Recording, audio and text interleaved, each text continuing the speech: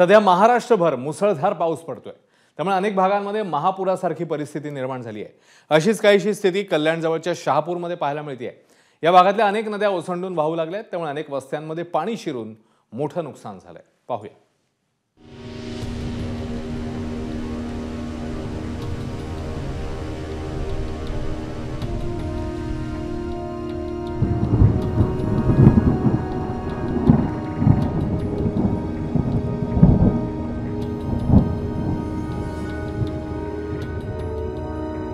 शहापूरमध्ये आज पावसाचं रौद्र रूप पाहायला मिळालं आहे। शहापूर येथील अख्खं संपूर्ण जनजीवन या पावसाने अस्तव्यस्त झालेलं आहे। मी आता भारंगी नदीपात्राजवळ आहे।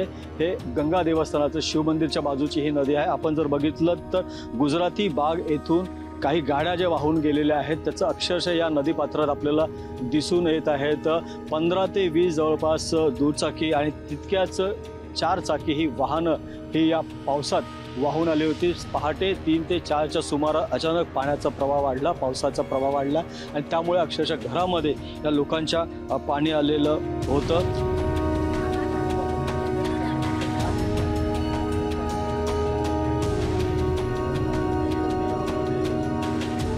आपण जर बघितलं तर ही जी सोसायटी आहे ही कलेश्वर सोसायटी आहे आणि ह्या कलेश्वर सोसायटीच्या बाहेर जर बघितलं तर गाद्या, कपडे वगैरे पूर्णपणे हे पाण्यामध्ये भरलेलं होतं, पाण्यामध्ये वाहून गेलं होतं। खूप मोठं नुकसान या ठिकाणी झालेलं आहे।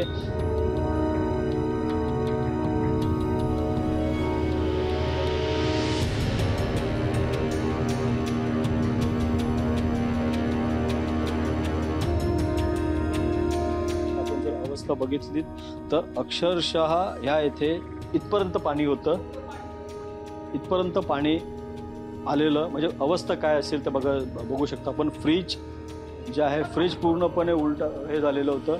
किचनची अवस्था बघा, किचनचं पूर्णपणे सामान खराब झालेलं आहे। जेवणाचं सामान होतं, अन्नधान्य होतं, ते पूर्णपणे खराब झालेलं आहे।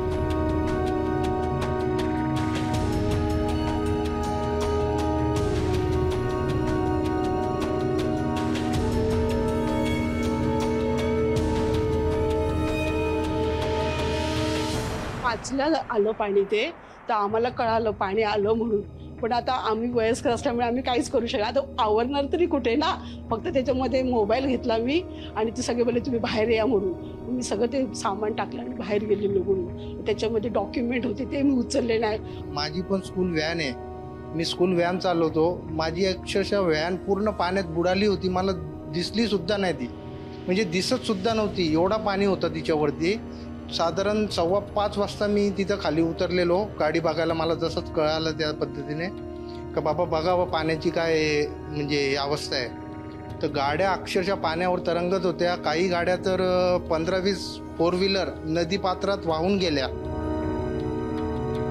येथील नागरिकांची ह्याच मागणी आहे की प्रशासनाने आता व्यवस्थित लक्ष घालावं, कारण की भारंगी नदीपात्राजवळचे हे गावं आहेत आणि या गावामध्ये अक्षरशः नदीपात्राकडे काही जणांनी भराव केल्यामुळे, अतिक्रमण केल्यामुळे हा जी नदीने आज रौद्र रूप घेतलं आणि शहापूर वासियांना पूर्णपणे त्यांची तिरपीट उडवली आहे।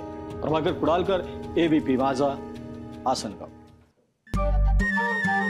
नमस्कार। मनसुद्धा तुझं ही वेगळ्याच प्रकारची मालिका तुम्हा सगळ्यांना खूप आवडली होती। याचा दुसरा सीझन कधी येणार अशी विचारणा झाली। प्रतीक्षा संपली आहे मित्रांनो। येतोय मनसुद्धा तुझाचा दुसरा सीझन। होई मनसुद्धा